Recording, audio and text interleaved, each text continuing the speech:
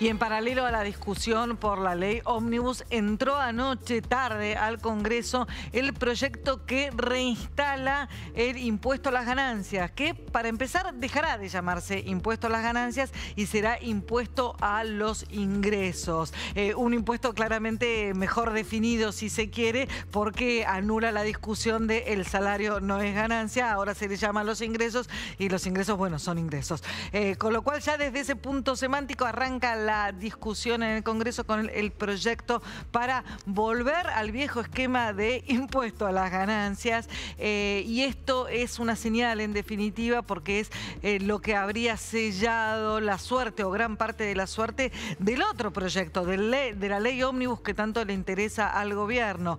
¿Por qué decimos esto? Porque en definitiva volver a poner los viejos límites o los viejos mínimos del impuesto a las ganancias, ahora llamado a los ingresos, bueno, garantiza o habilita a las provincias, a los gobernadores, recursos que habían dejado de percibir con la modificación a fines del año pasado. Recordamos, la recaudación del impuesto a las ganancias es coparticipable. Al subir el techo, te lo voy a recordar, no hace falta que lo tengas tan en mente, pero al subir el techo a más de 2 millones de ingresos brutos, bueno, muchísimos de esa recaudación se perdió para la nación, pero sobre todo para las provincias. De ahí que había muchos gobernadores interesados en que esto surgiera y el gobierno obviamente utilizó eso como arma de negociación y de presión en la negociación por el proyecto de ley Ómnibus.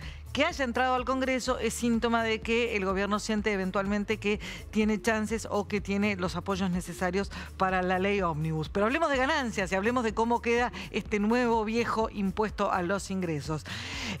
La realidad es muy dinámica y el proyecto inicialmente se había anunciado que los sueldos brutos a partir de 1.350.000 pesos para trabajadores solteros sin hijos, ese iba a ser el mínimo no imponible. Es decir, a partir de ese monto ibas a entrar en la cuarta categoría. Anoche cuando entró el proyecto nos desayunamos todos, no cenamos en definitiva, con una novedad que en realidad es 1.250.000. Ese es el nuevo valor, 1.250.000. Exactamente, 1.250.000. Y si vos te pones a pensar, en definitiva lo que se hizo fue adaptar el valor, medir el valor en dólares. Históricamente me refiero mucho antes de las distorsiones que hubo en toda la década a partir de 2010, ponele, por la inflación, que se distorsionó mucho el impuesto a las ganancias.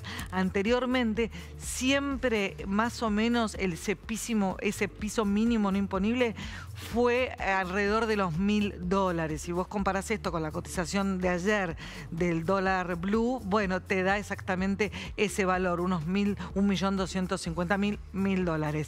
Pero ¿cómo va a ser a partir de ahora? Y este sí es un cambio en el funcionamiento del impuesto. La actualización va a ser trimestral y por inflación, lo cual es un cambio rotundo en la aplicación del impuesto, porque la actualización, para empezar, era anual y el resto en el año, si tenías mucha inflación, era completamente discrecional. Y además estaba atada esa actualización anual a la evolución de los salarios, no a la evolución de la inflación. ¿Qué pasa con la evolución de los salarios? Y en los últimos años hemos visto que perdieron la carrera contra la inflación, con lo cual ese ajuste terminaba generando un aumento de la carga impositiva. Ahora va a ser trimestralmente por inflación, y lo que también hay que tener en cuenta es que a partir de ahora se modifican las escalas que también estaban completamente distorsionadas en la vieja aplicación del impuesto a las ganancias. De todos modos, ganás el equivalente a más de $1.000 brutos a pagar.